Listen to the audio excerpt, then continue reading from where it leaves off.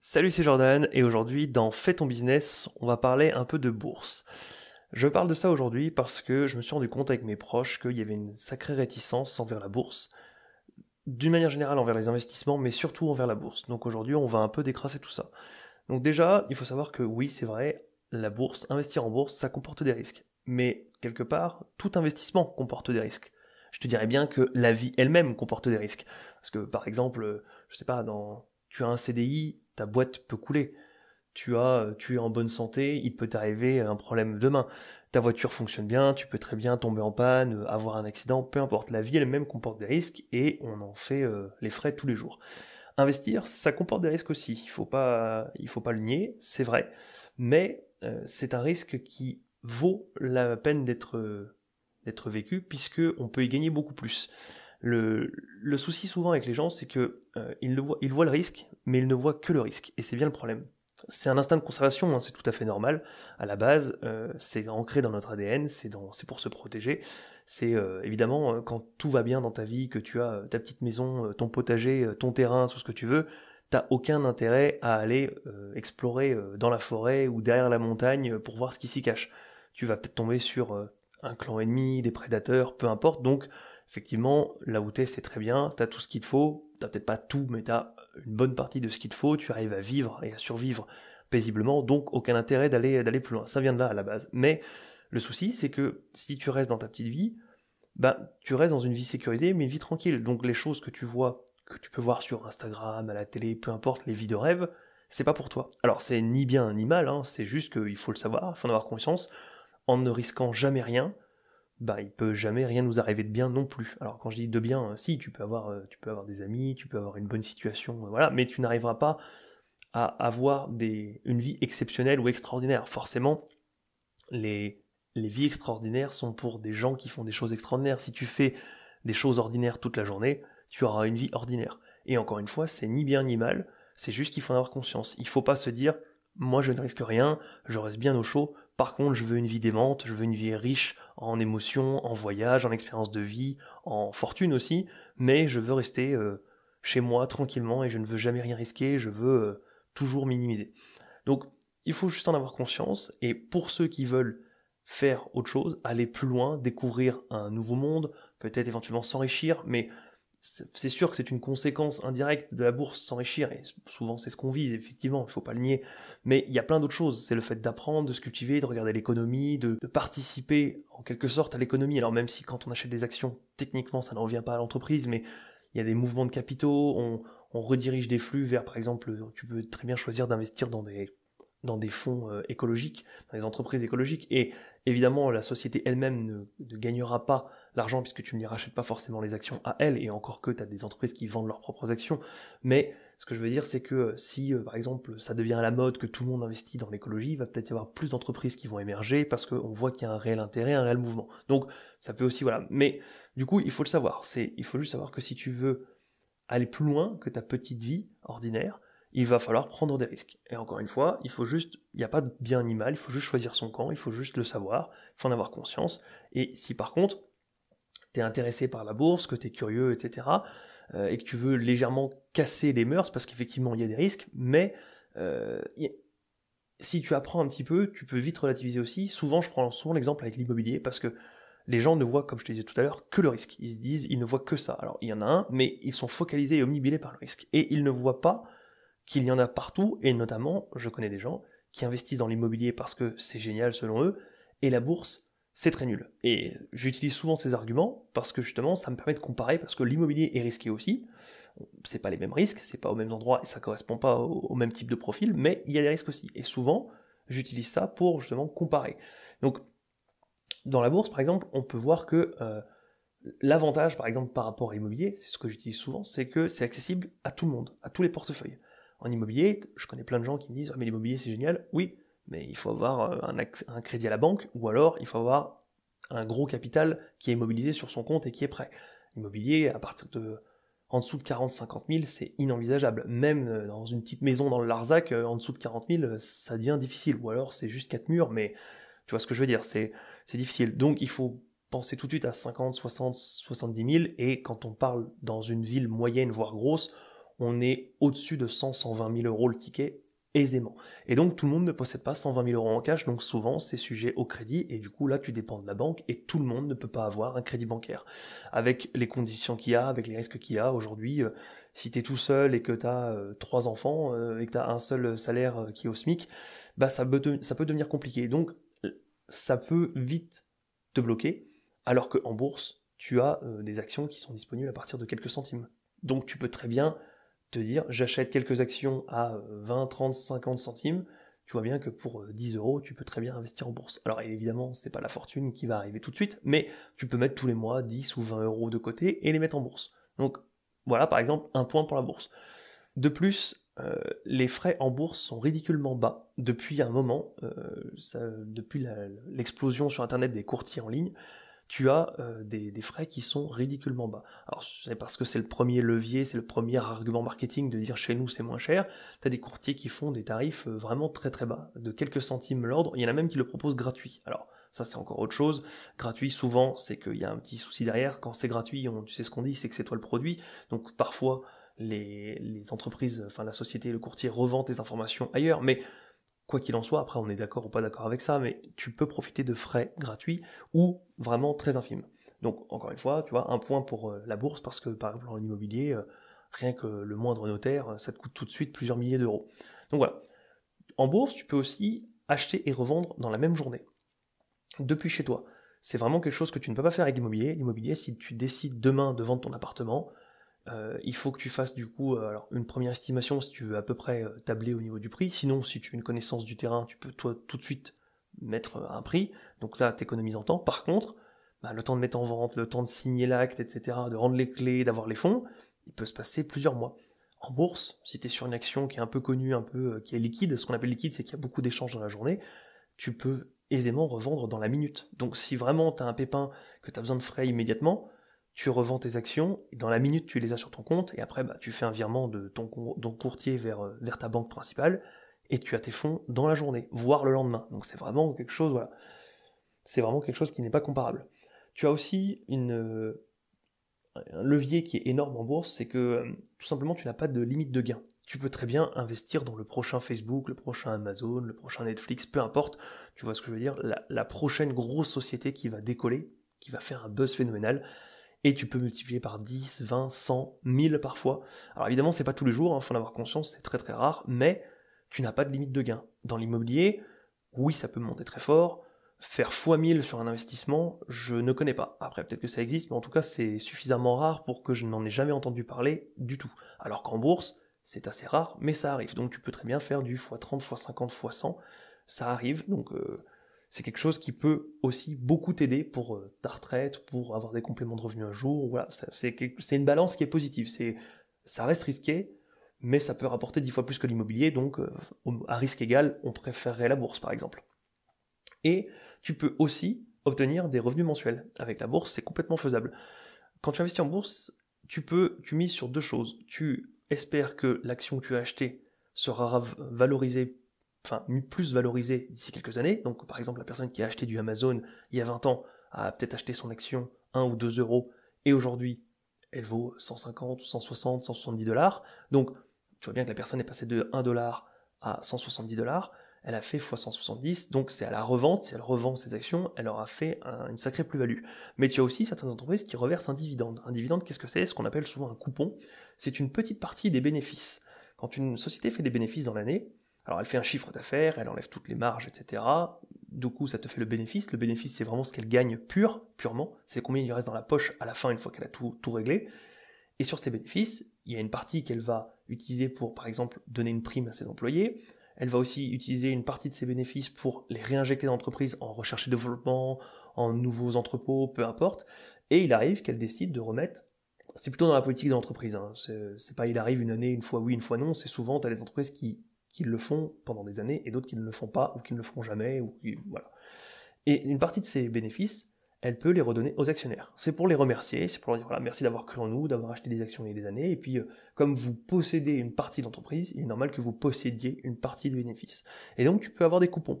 Par exemple, chez Total, tu peux avoir, alors là du coup on est en 2022, je crois que le coupon est à 2,60 € par action, je suis pas sûr. Mais ça tourne autour de ce montant-là. Pour chaque action que tu détiens, tu gagnes 2,60 €. Donc tu penses bien que si tu possèdes 100 actions, 1000 actions, ça peut tout de suite te faire des revenus.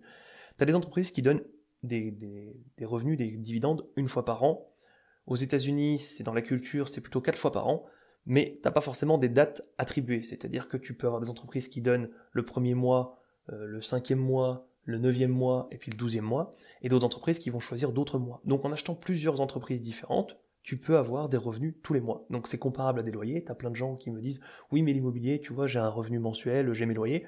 En bourse, tu peux aussi avoir des revenus mensuels, donc il suffit d'acheter plusieurs entreprises qui te donnent des dividendes à différents moments, et donc tu pourras aussi générer des revenus mensuels.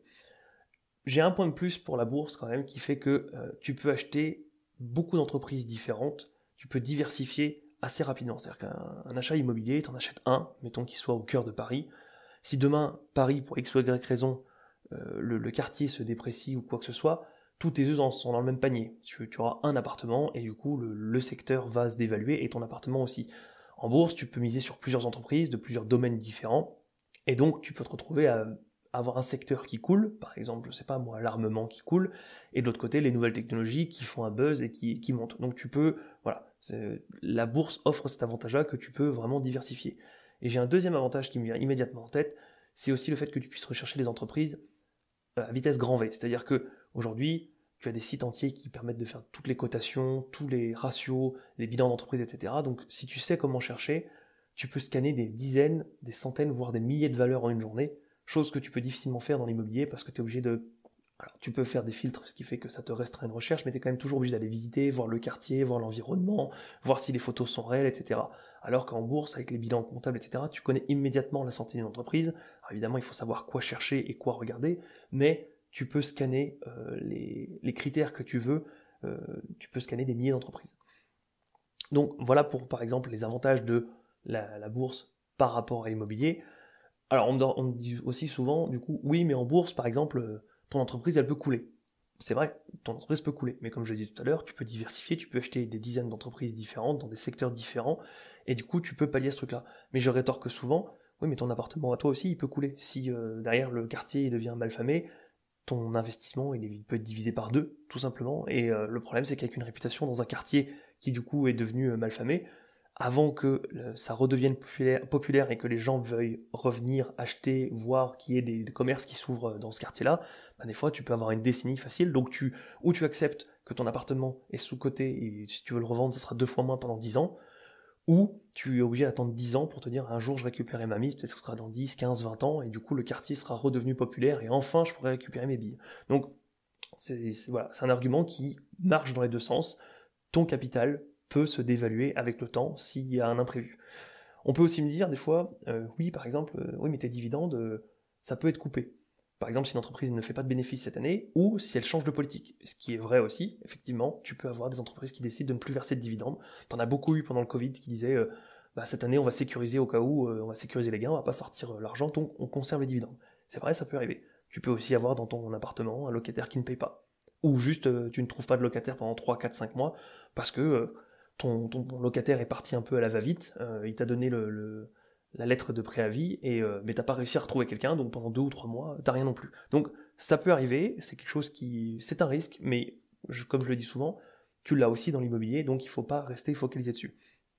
Et le dernier argument qu'on me donne souvent, c'est oui mais regarde la bourse, il y a un crack. Il y a eu un crack pendant les années 70, il y a eu un crack pendant la bulle internet des années 2000, quand il y a eu le Covid, il y a eu aussi un sacré crack. Oui c'est vrai, mais comme je disais tout à l'heure, tu peux avoir le secteur immobilier aussi qui chute, ou ton quartier, et alors tu peux avoir les deux, tu peux avoir le secteur immobilier qui chute en ce moment, puisque tu peux avoir par exemple, je sais pas, une hausse des taux pour les crédits, donc tu sais très bien que du coup il y a moins de gens qui pourront emprunter, parce que du coup vu que les crédits, les taux sont plus élevés, bah, l'enveloppe elle est moins haute, donc, ou voire même tu as des gens qui pouvaient emprunter qui maintenant ne pourront plus, donc le secteur immobilier en entier des fois chute, et puis tu peux avoir en plus par-dessus du coup ton quartier qui devient de plus en plus malfamé, et du coup bah, ton immobilier chute aussi. Donc il faut le savoir, il faut juste en avoir conscience, c'est la bourse, l'immobilier, tous les investissements, voire même la vie en général, comportent des risques. Maintenant, ça correspond à un certain type de profil. C'est pour ça que je compare souvent à l'immobilier, c'est pas pour dire que l'immobilier est mieux ou moins bien, c'est juste parce que dans la culture financière, enfin dans la culture française, on est très attaché à la pierre, Et puis c'est dans notre culture à nous, parce que les crédits ont souvent des taux fixes, alors qu'aux États-Unis, tu as des taux variables. Ici, on a des taux fixes, donc on est relativement protégé dans l'immobilier, et souvent, c'est quelque chose qui est adoré des Français, c'est investir dans la pierre, c'est quelque chose de sûr, de lent, c'est un paquebot, c'est un patrimoine, on est très attaché à ça. Et donc j'utilise souvent ça comme argument de l'autre côté, tu l'as bien vu là dans le podcast, mais c'est juste pour montrer que il n'y a pas de bien ou de mal, il n'y a pas de mieux ou de moins bien, ça correspond à un certain type de profil. Pour tous les arguments que je t'ai donnés juste avant, pour moi, la bourse est mieux. Maintenant, tu as aussi tes contre-arguments, donc on a dit les risques de chute, de crack, d'absence de dividendes, peu importe, d'une entreprise qui coule parce que tu t'es loupé dessus, qui sont alors du coup réplicables aussi à l'immobilier, mais tu as aussi des inconvénients qui sont propres à la bourse. Par exemple, c'est très volatile, parce que du coup tu as des milliers d'intervenants et que c'est tous les jours, c'est coté tous les jours, tu peux avoir des mauvaises nouvelles d'un PDG, d'une nouvelle loi qui sort, et c'est extrêmement volatile, donc tu as des cours de bourse des fois qui prennent moins 10% dans la journée. Ça, c'est l'inconvénient du fait d'être coté tous les jours et en temps réel, alors que ton immobilier, on est bien d'accord que c'est bien plus lent, c'est un paquebot, donc tu n'as pas la cote qui chute de 10% tous les jours dans l'immobilier, et du coup, comme on le sait ça, et ben du coup on regarde beaucoup moins aussi. C'est-à-dire que tu as qu'à demander aux gens que tu connais qui possèdent un appartement, demande-leur la dernière fois qu'ils ont fait une estimation ou qu'eux-mêmes ont regardé par curiosité, il y a peu de chances soit dans la semaine ou voire dans le mois. Souvent c'est une fois dans l'année et encore il y en a qui disent oui moi je m'en fiche, c'est sur le long terme donc ça fait 4 ans que j'ai un appartement, j'ai pas regardé. En bourse, comme on peut le voir, comme on a la possibilité d'être actualisé dans toutes les minutes, forcément du coup on est beaucoup plus attentif et quand des fois c'est très volatile et que ça prend moins 10%, il faut avoir un mental d'acier, il faut savoir que c'est un problème et que du coup on est beaucoup plus sujet aux émotions et on peut faire des mauvais choix et se dire que mon Dieu, hier ça a pris 5%, avant-hier ça avait fait moins 10, aujourd'hui ça refait encore moins 10, mon Dieu c'est en train de chuter, il faut que je m'en déleste immédiatement. Et souvent on fait des mauvais choix, voilà. Donc il faut savoir que ça, oui, ça peut complètement être un inconvénient pour la bourse. Ça peut aussi être le fait que ça ne dépend pas de toi. Ton immobilier, alors évidemment, une partie de l'immobilier ne dépend pas de toi. Tu as par exemple les lois en vigueur, et puis tu peux avoir un appartement, donc le voisin du dessus, s'il y a une fuite d'eau ou si jamais il fout le feu à l'immeuble, ça ne dépend pas de toi. Mais en grande partie, ça dépend quand même de toi. Ça dépend de ton crédit, de ce que tu as négocié, de toi qui as étudié le quartier, si tu viens remettre un coup de peinture une fois de temps en temps pour le rénover, alors qu'en bourse, tu n'as pas la décision. C'est-à-dire que l'entreprise, elle fait sa vie, et le PDG qui est à sa tête, s'il a pris une série de mauvais choix dans l'année, tu les subis de plein fouet. Donc c'est sûr que ça, voilà. Moi, je le vois différemment. Moi, je le vois comme ça me va, parce que du coup, comme je délègue entièrement, je ne me prends pas la tête, je m'en préoccupe pas. J'ai investi dans des entreprises et du coup, je laisse tourner. Donc moi, je le vois du bon côté, vu que je n'en ai pas le pouvoir, que je n'en ai pas la capacité, du coup, je m'en déleste complètement. Alors que quand c'est quelque chose sur lequel j'ai la main, forcément, tu essaies de bien faire les choses, donc tu t'en préoccupes, tu regardes, tu analyses, tu vérifies, tu revérifies, etc., etc. En bourse, comme tu ne peux pas faire grand-chose sur les décisions de la boîte, du coup, moi ça me va, et du coup, je préfère m'en délester. Tu as aussi le fait que en bourse, souvent, il peut y avoir, alors ce ne sont pas des arnaques à proprement parler, parce que l'entreprise elle-même n'est pas une arnaque, mais tu peux avoir du coup des boîtes que tu achètes vraiment trop cher, ou qui te paraissent pas chères et qui vont descendre pendant des années. Ce sont juste des mauvaises entreprises qui dilapident leur argent, qui gèrent mal, qui ont un mauvais marketing, peu importe, qui sont mauvaises dans leur domaine. Et du coup, c'est où des entreprises que tu as payé cher et qui montent très peu dans l'année, qui font très peu de bénéfices, qui sont quand même en croissance, mais pas du tout au prix où tu les as eu, donc tu as juste payé trop cher pour ce que tu avais, et tu vas mettre des années à rattraper et à être rentable. Ou des fois, ce sont des entreprises aussi qui ont l'air d'être un bon rapport qualité-prix, mais en fait, finalement, tu remarques au fur et à mesure, sur plusieurs années, les bénéfices ne cessent de diminuer, les dividendes aussi, et en fait, finalement, c'était, voilà, tu estimes que c'était une arnaque, ça n'en était pas vraiment une, c'est juste que tu t'es trompé sur le regard de l'entreprise, et le prix était peut-être justifié, il était peut-être bas pour justement une bonne raison. Donc voilà, c'est quelque chose qui... c'est pour ça que la bourse c'est brumeux et que ça fait peur à beaucoup de gens, c'est parce que il y a très peu de gens qui savent distinguer une bonne entreprise d'une mauvaise entreprise, ou une entreprise en croissance d'une entreprise qui stagne ou en décroissance. Donc effectivement, ce sont des choses qui sont propres à la bourse. Mais je te dirais bien, c'est comme dans tout investissement, il faut juste s'éduquer financièrement, il faut se former, il faut analyser, il faut lire des livres, il faut se former, il faut suivre des cursus, etc. Il faut apprendre à regarder les bons critères, et de cette manière, tu apprends à drastiquement diminuer le risque. C'est exactement comme en immobilier. C'est pour ça que je dis ça. Dans tous les cas, il te faut un investissement qui te permet de faire fructifier ton argent. Tu le sais très bien, tous les 3 ans, la retraite elle recule de 2, et à un moment donné, on va se retrouver avec une retraite à 70, 80, je dirais peut-être pas jusqu'à 90 ans, mais bref, elle recule beaucoup, et il y a un moment donné, on va se faire avoir, on sera obligé de rester au boulot. Moi, je suis du principe à dire, tu peux avoir ton travail, mais les économies dont tu n'as pas besoin, tu peux très bien les faire fructifier, tu peux les mettre de côté, et du coup, elles vont travailler pour toi. Et c'est vraiment pas mal. Et la bourse permet ça. La bourse permet, comme l'immobilier, hein, la bourse permet de faire fructifier ton argent, et les taux sont vraiment bons. C'est pour ça que j'aime beaucoup la bourse, c'est parce que tu as un rendement général, environ depuis 120 ans, sur l'économie américaine. On se table souvent sur l'économie américaine, parce que c'est quand même l'économie qui fait tourner le monde aujourd'hui, même si dans 20, 30, 40 ans, ce sera peut-être plus le cas. Aujourd'hui, c'est un fait, c'est un peu l'économie américaine qui drive le reste du monde, et elle a un rendement à peu près de 10% par an. Alors évidemment, tu as des années où tu fais 2 fois moins 20 d'affilée parce que tu as un crack, et puis les années suivantes, tu vas faire plus 32 fois. Donc voilà, c'est juste que sur le long terme, sur le très long terme, en moyenne, tu as 10% par an. Et bien 10% par an, on peut croire que c'est pas énorme, c'est vraiment colossal, surtout quand quand on connaît le principe des intérêts composés. Alors je sais pas si tu le connais, mais c'est quelque chose de très simple, tu vois. Un intérêt simple, c'est tu as 100 euros, et si on te dit que tu vas gagner 10% d'intérêt sur cette année, tu sais qu'à la fin de l'année, tu vas passer de 100 à 110, parce que 10% de 100 euros, ça te fait 10. Donc tu passes de 100 à 110. Les intérêts composés, c'est le fait que la deuxième année, tu vas aussi avoir des intérêts de 10%, mettons, mais plus sur 100 euros, sur 110, puisqu'à la fin de l'année, tu as eu 110 euros. Si tu remets les 110 euros en bourse la seconde année, tu vas faire 10% sur 110. Et tu vas plus gagner 10 euros la seconde année, mais bien 11 euros, parce que 10% de 110 euros, ça te fait 11. Tu passes donc de 110 à 121 la deuxième année. Et ainsi de suite. La troisième année, donc tu vas prendre 10% des 121 euros, ce qui te fait 12,1 euros de gagné. Et voilà, et ainsi de suite. Et en fait, on se dit à chaque fois, oui, mais bon, je grappille que 1 euro. Alors là, je t'ai donné l'exemple avec 100 euros. Si tu as mis 1000, 10 000 ou 100 000 euros, on comprend bien que déjà, c'est plus 1 euro que tu gagnes, c'est beaucoup plus.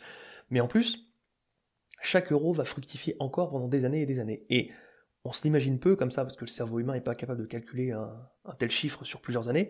Mais il faut savoir que, par exemple, si tu mets juste 5 000 euros pendant 30 ans, donc tu laisses juste dormir 5 000 euros, à 10% par an pendant 30 ans, à la fin tu récupères 87 000 euros. Parce qu'en fait, les petits ont fait des petits qui ont fait des petits. C'est énorme.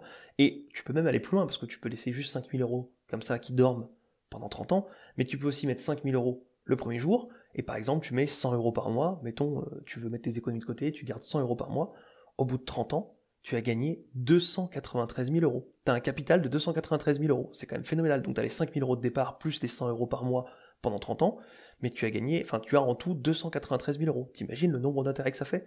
C'est énorme. Donc, moi je dis ça aux gens souvent, ça les choque, et comme ça permet d'allumer une petite lumière dans la tête et de dire, justement, la prochaine fois que tu veux acheter une voiture, pense-y.